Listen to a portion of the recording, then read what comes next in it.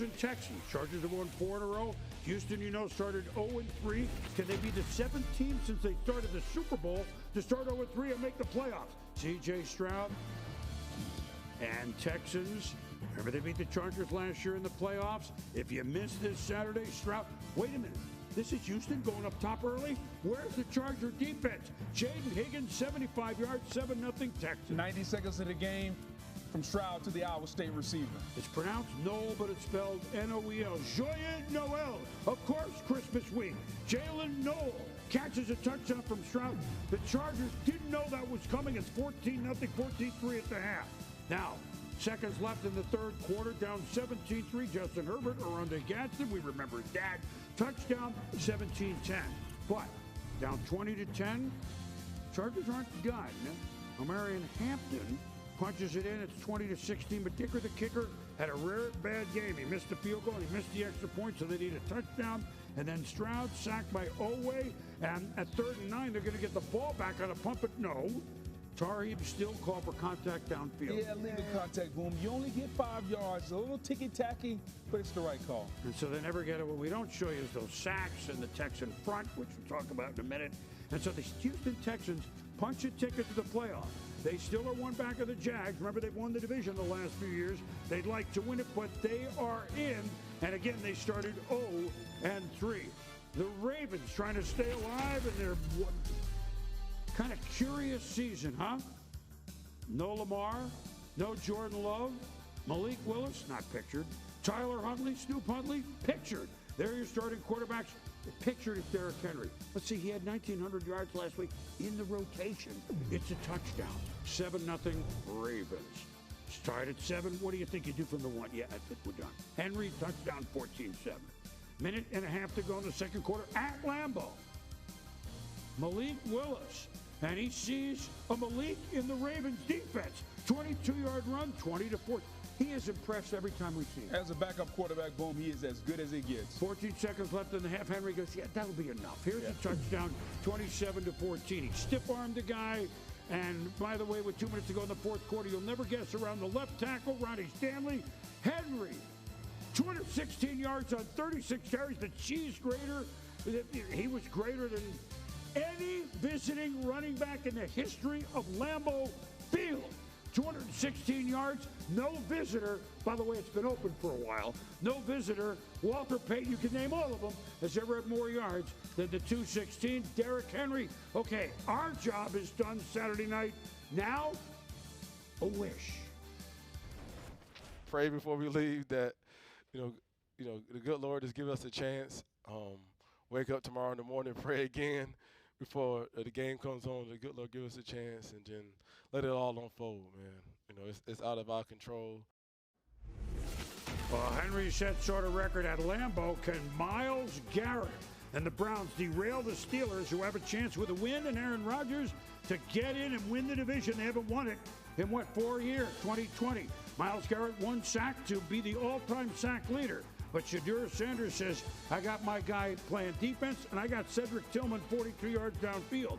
Brown, 2nd and 8. Shadur to fellow rookie Harold Fannin Jr. Browns!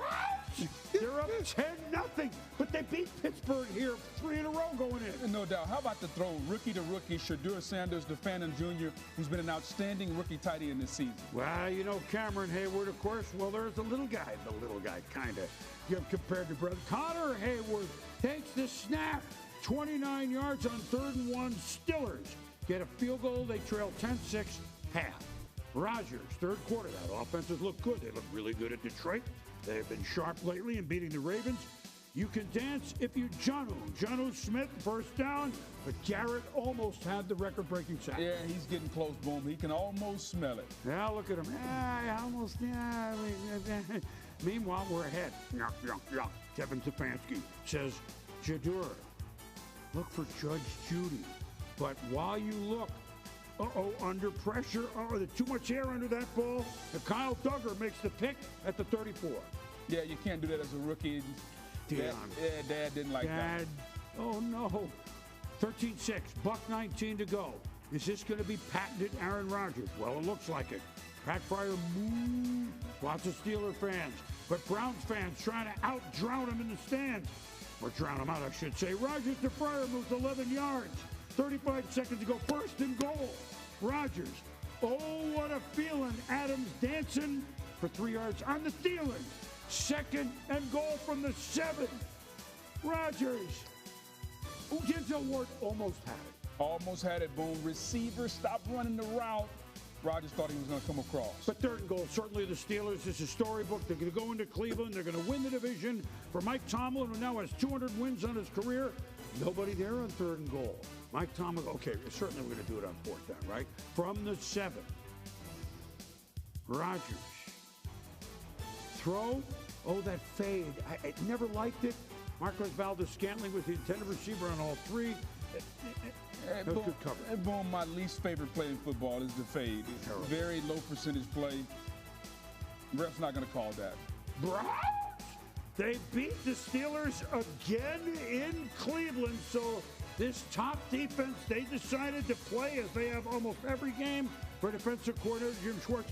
No record for Myles Garrett, but the Steelers, well, they lose, but they still can beat the Ravens next week at home, and they win the division.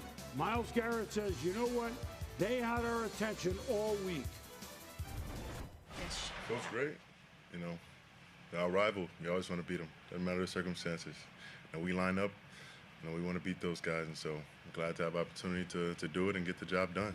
They got a good defense, but, you know, we didn't execute very well on third down, so they didn't have, you know, a very good game.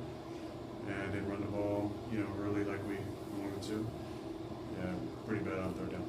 And what gives you that confidence you guys are being able to right the ship next week? Because we've done it all season. We've handled adversity well, and we had to play our best ball. Yeah, we did, other than today. Either an airplane pulled into the bottom of the stadium, or there's a toilet that's running that they got to fix, but they're on the road next week. They got all season to fix it. Just noting what we heard. So the Pittsburgh Steelers, that offense looked really good at Detroit on a fast track inside. I know the weather wasn't great. We got it. They look really good. Baltimore, some throws in this. Against a really sharp defense, I understand receiver out. They didn't have any answers, did they? Well, boom, they had no answers. And first of all, you give a shout out to their defense. When you hold a team to 13 points, defense job done. No DK Metcalf, you knew there was going to be a lot put on Aaron Rodgers. 3 for 18 on third and fourth down. And so in a game where they couldn't run the football, where Jaylen Warren wasn't that effective, Aaron Rodgers had to go back and be the 4-time MVP, and he couldn't do it today. And I think if you're the Steelers going into next week, that has to give you just a moment of pause, because there's going to be no DK next week either. He's suspended. Where are you going to get your offensive production from? MVS, in a go-to situation, you were going to a guy who wasn't on the team a few weeks ago. You have to find some production somewhere. And so I think if you're Mike Tomlin and you're Aaron Rodgers in a winner-take-all situation, who's going to be the guys that can step up? Defense did their job. Offense, quarterback, they got to show up to the party next week. As shaky as the season has been for Baltimore, and we don't know if Lamar's going to play, but Snoop, Hundley knows what he's doing. Here's the big picture. We started 1-5. We still have a chance to win the division. Kind of sounds like Tampa. Derrick Henry. Steelers held them about 4.3 yards a carry the last time, and just under 100. But the Ravens, they just have to trot that out again, don't they, in this game on the road? Derrick Henry's coming. Let's see if you can stop it. Run the football. Be who you are. This time of the year, boom, everybody knows what everybody's doing. It comes down to a war of wills. And if you watch Baltimore play Saturday in Green Bay, no Lamar Jackson, they said, okay, we're going to ride the guy that's going to be a future Hall of Famer in Derrick Henry. Why not? 216 yards. The week before, he didn't play the last 12 minutes of the game. So which Ravens game plan is Todd Monken going to call? The one from 2 weeks ago or the one last night? I think they got to give Derrick Henry the ball. He's got to get 25 carries. He's got to carry the ball early and often.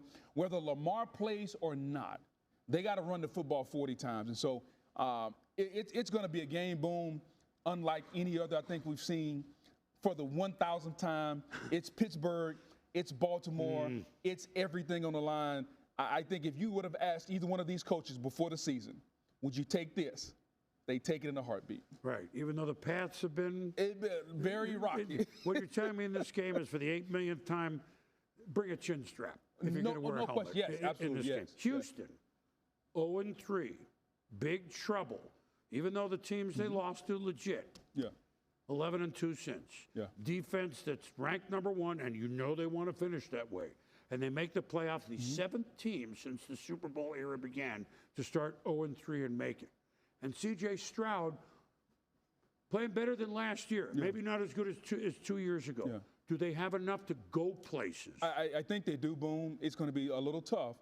First of all, give a shout out to D'Amico Ryans. You don't understand how hard it is for a team to be 0-3 and not allow the walls to cave in. He did an outstanding job, and now they're right where they should be. I think they're the best team in the South.